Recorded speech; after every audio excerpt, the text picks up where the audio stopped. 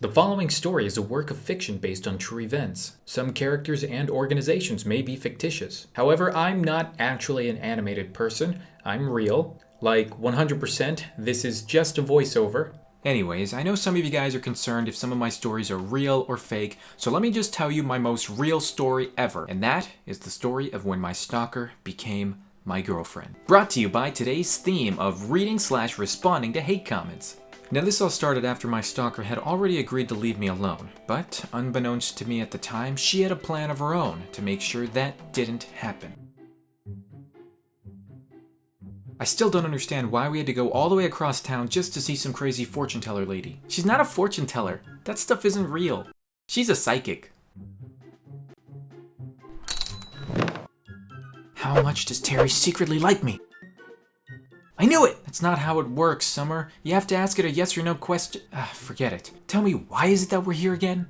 We're here because the madame told me something very special. Something I've always wanted to hear. What's that? That you would be my boyfriend, of course! Yeah, that's never gonna happen. You just wait and see. The madame is never wrong. Okay, well, even if she did say that, why'd you have to drag me all the way here? Well, I just figured my future boyfriend should have his future told out to him as well. Thank you for seeing us on such short notice. Yeah, it's nice to meet you, madam. It's not madam. It's madame. Oh, sorry. Worry not. Now please, sit down. We're already sitting. Don't insult the madame. Can't you see?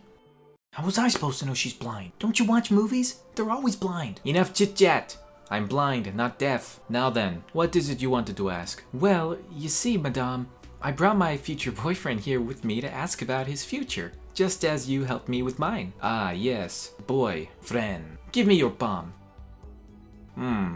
Yes. I see now. I thought you said you were blind. Stop interrupting the madame! Your future. Yes? Is to be a YouTuber. Oh, what? You mean like one of those online web stars? Yes. I doubt that's the case. I mean, I want to study film and screenwriting when I go to college. You will be a YouTuber. That is your fate. So does that mean Terry's gonna make viral cat videos? That's all I ever see on YouTube. Yeah, that or... Hey, it's Fred! Yeah, are you sure you got the right guy? I mean, you're blind and all. Bombs don't lie. You will be a YouTuber. You will start by making terrible reaction videos that require little to no effort. Absolutely terrible content. Eventually, you will become more and more self-aware. Eventually, start making better content, and eventually creating your own. You will make story times about life experiences, and you will reach 1 million subscribers. Whoa, really? 1 million? Well, that's not so bad. But there is catch. As more people watch your videos, you will get more people who think your stories are all fake and think you are a liar. Others will call you a trend hopper for stopping reaction videos and switching to story times. No matter what, the more popular you get, the more haters you will have as well. It is simply the way of the YouTuber. Do those viral cats have a lot of haters too then? They must be dogs. Well, this kind of sucks. I mean, I don't know if I want to be a YouTuber if everyone just constantly says my stories are fake all the time. Well, your stories aren't fake, but they are exaggerated. You did it to make them more interesting, as any storyteller does. But you had no idea that people wouldn't realize they were played up for entertainment purposes. I mean, even I can tell, and I'm blind. Even if your stories were completely fake, you have to admit, you must be a somewhat good writer or YouTuber if so many people are watching.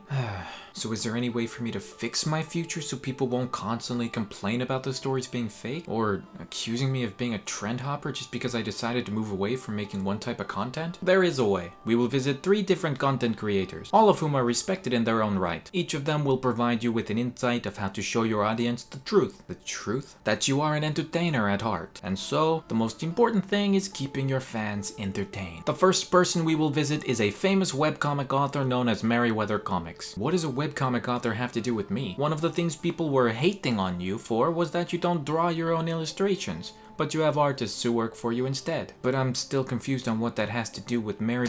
We're ready. Go ahead, madame. Hello, my name is Merryweather. I'm a webcomic writer writing for Line Webtoon. I write comics such as Winter Moon, My Succubus Girlfriend, The Steam Dragon Express, Crawling Dreams, and the Internet Explorer comics you might have seen floating around social media or re-uploaded with a 9-gag watermark. I've been writing comics for 7 years by now, and I am completely unable to draw. The way I do things is by collaborating with professional artists whom I have befriended through many years of building connections. Not everyone has all the skills required to do what they love. If you remember Death Note, that was made by a writer and artist duo. Sure, a lot of good things are made by singular people, but a vast majority of the best things are made by teams of people who all share their individual talents in order to create something fantastic that can be enjoyed by many. There's no shame in collaborating with others. So leave my cherry boy alone, please. Also, Terry, hurry up and come to Tokyo. I miss you. Wait, so you're telling me I eventually become friends with this guy? He looks like he came straight out of Silent Hill. I think he's quite charming. Be silent! The next creator we will visit is a commentary YouTuber by the name of Atozy. His name is Atozy. Kind of a funny name. I think it's a play on words. Let's just get started. What is up, guys? My name is Atozy, and I'm a commentary channel who makes reaction-based comedy. Okay, look. I hate to be that guy, but does this guy remind you or anyone else of Lord Farquaad from Shrek? Anybody?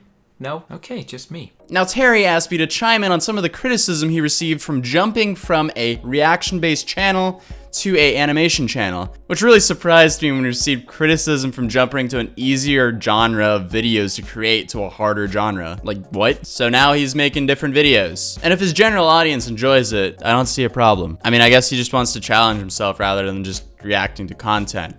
Hey, look at that, self-deprecating humor. Now, I guess I'm a former reaction channel myself, so because of that, I do see a lot of trends on the internet. But also, to be fair, I feel like most YouTubers trend hop at some sort of degree. But I wouldn't really say switching from reactions to animation is trend jumping at all. Sounds more like more work. Honestly, I'm just surprised he's getting criticism for this. I guess some people just really don't like change. I mean, also, to be fair, he went from Korean react videos, normal reaction videos, story reaction videos, and even commentary reaction videos like me.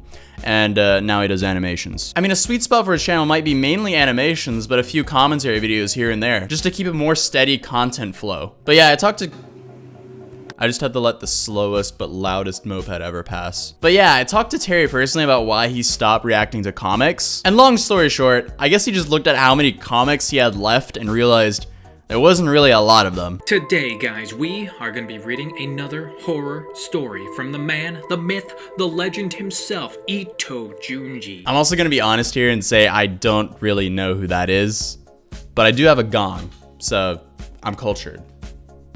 But having a limited amount of content left to create is not a good thing, so I completely understand why he switched things up. I mean, you can only make X amount of videos about something you're not super passionate about. I mean, take Shane Dawson, for example. He switches up his content pretty much every single year, and he has been killing it from the start of YouTube. And I guess that might have something to do with it. You know, switching content up every year keeps things interesting for himself and his viewers. Well, that's all I have to say about that. So if you do want to check out any of my videos, hopefully Terry will drop a link down below. But on that note, I'm gonna send this back to Terry. Yeah, did you realize there's just like a poster of JoJo Siwa shoved into our blinds? I guess that's what happens when you record multiple videos in one sitting.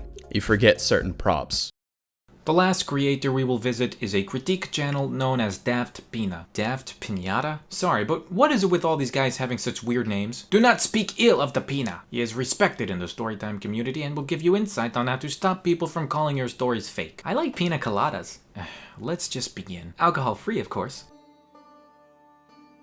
And to continue on, based on what the last person said, I'm gonna talk about something else. Movies, TV shows, and even some music videos. Guys, I am so sorry to constantly interrupt, but is there a reason this guy talks so slow? Can we like watch this on 1.5 speed or something? I can just turn it off and then you will be without knowledge if you prefer. I like the trees in the background. It's fine. Never mind. Let's just continue. All have fabricated stories, some of the time. Sometimes they're based on true events, someone's life experiences, or they are just entirely fake. However, how you market the story shows what intentions you had. with it. Speaking of that, author James Frey wrote a book called A Million Little Pieces, where he told his stories about his alcohol and drug addiction. And with that book, he landed a spot on Oprah, the show. And James's book landed on Oprah's book club, which soared the book's sales and became the #1 paperback nonfiction book on Amazon in September of 2005. The problem is that Frey lied about many aspects of the book as brought to light by the smoking gun. James was quoted as saying, "I wanted the stories in the book to have ebb and flow, to have dramatic arcs, to have tensions that all great stories require." He later went back on Oprah's show, and that didn't really turn out too well for him. We booked James to come back on a live show to answer some tough questions. How much of the book is fabricated? What was true about the dentist? Why do you have to lie about that? I've struggled with the idea of it, and No, the lie of it.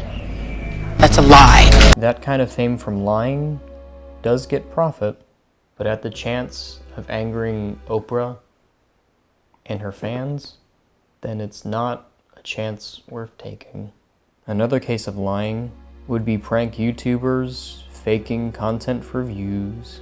And just like Frey, these YouTubers wanted you to believe that these videos were real. Well, until you prove them fake. And then they say, now you might bring up an argument, you might say something regarding people who have gone over the board and over extreme, but hey, the ones that I try to do, try to uplift people. They don't. Where the money at? Where the money at? Is it up?